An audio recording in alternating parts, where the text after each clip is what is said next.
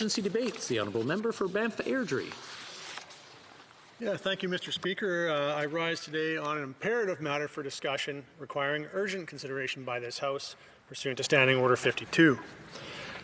A new administration has just been elected in the United States, and they indicated during the campaign that they intend to cancel the Keystone XL project. And of course, this Liberal government has made it clear that they will give no more than a half-hearted, supposed attempt at advocacy for such an important project for this country. This is a vital project that will bring billions of dollars to the Canadian economy every year, and it requires urgent and sustained advocacy immediately from this government. That's why Parliament must give this matter emergency consideration.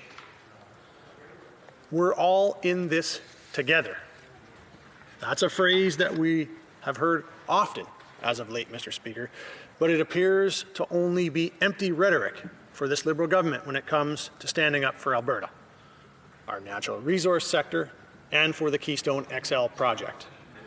Within days of the Liberals being elected in 2015, the American administration rejected the Keystone XL proposal, and the Prime Minister, infamously refused to stand up for this important project, instead saying the Canada-US relationship is bigger than any one project, and I look forward to a fresh start.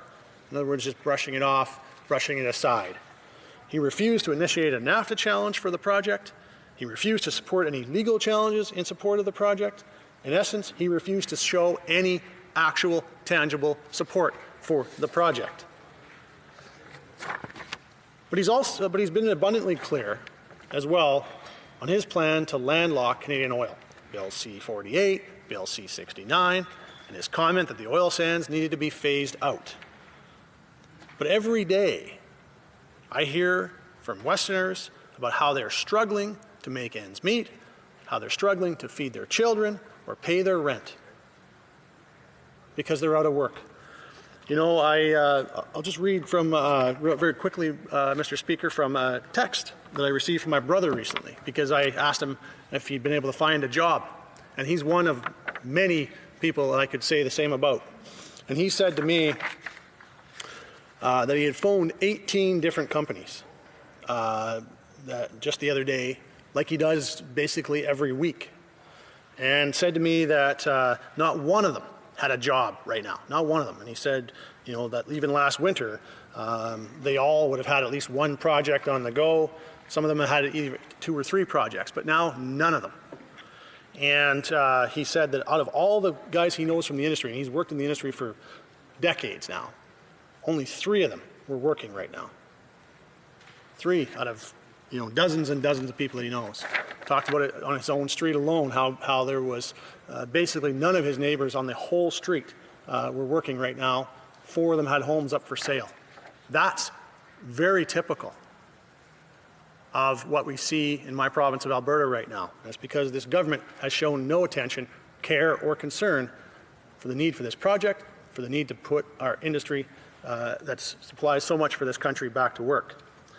And the responsibility clearly then lies directly at the feet of this Liberal government and their misguided policies that have absolutely kneecapped the Alberta economy. But I want to make it clear that it's also bigger than just about Alberta or the West. This is a project for all of Canada, and it's a way forward for economic recovery post-COVID-19. For every direct job created in the oil sands industry, there are 2.5 indirect jobs created in the rest of Canada. So when Alberta succeeds, Canada succeeds. So, Mr. Speaker, I thank you for your consideration on this very important matter, and I sincerely hope that you will grant this request. Thousands of jobs, thousands of families' livelihoods are at stake. Frankly, the very unity of this country could be at stake. I thank the honourable member for Banff Airdrie for his intervention. However, I'm not satisfied that his request meets the exigencies of standing orders at this time.